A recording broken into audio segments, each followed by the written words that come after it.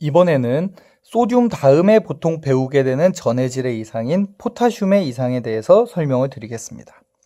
하이퍼칼레미아 상태는 혈중 포타슘의 농도가 5.0이 넘을 때고, 하이포칼레미아는 혈중 포타슘 농도가 3.5보다 낮을 때입니다. 그러니까 혈중 포타슘 농도는 3.5에서 5.0 사이가 정상이라는 거를 외워두시면 되고, 실제로 방금 소듐을 봤을 때 소듐의 정상치는 135에서 145였죠. 근데 포타슘은 3.5에서 5.0이죠.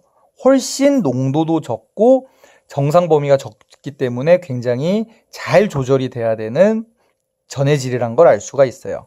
그러면 우선 하이퍼칼레미아, 포타슘이 너무 많은 상황에 대해서 설명을 해볼게요. 포타슘이 너무 많은 경우는 크게 두 가지로 나눌 수 있어요. 첫 번째로는 알도스테론이 제대로 작동을 안 할 때. 알도스테론이 뭐였어요?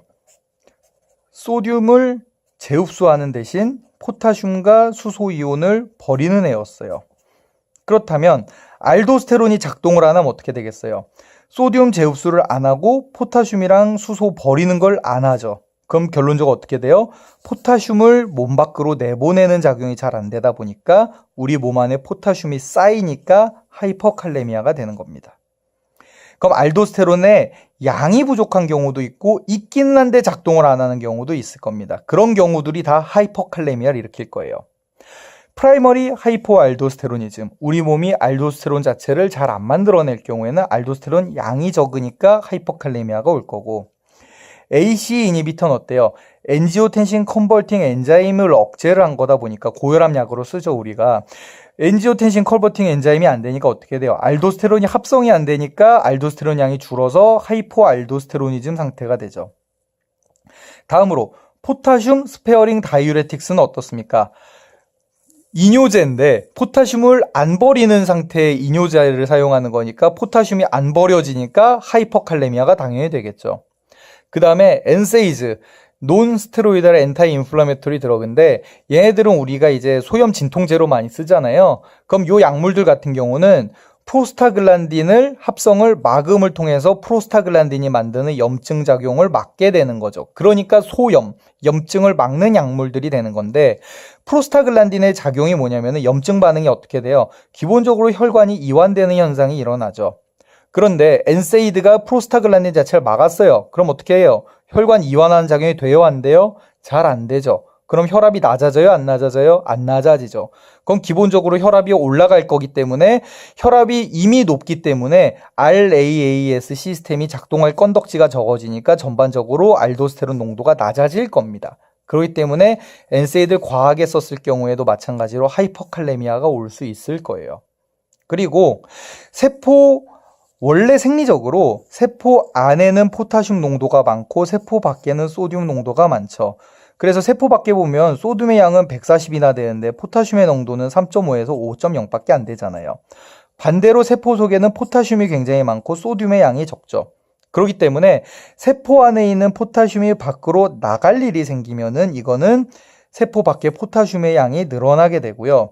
그 다음에 세포 밖에 있는 포타슘이 속으로 들어갈 일이 막힐 경우에도 그런 일이 생깁니다. 우리 몸에서 세포 밖에 있는 포타슘을 세포 속으로 넣는 작용을 하는 호르몬이 하나가 있어요. 그게 뭐냐면 바로 인슐린이고, 인슐린은 베타2 리셉터에 대한 에고니스트입니다. 베타2 아드레너직 리셉터에 대한 에고니스트라는 뜻이에요.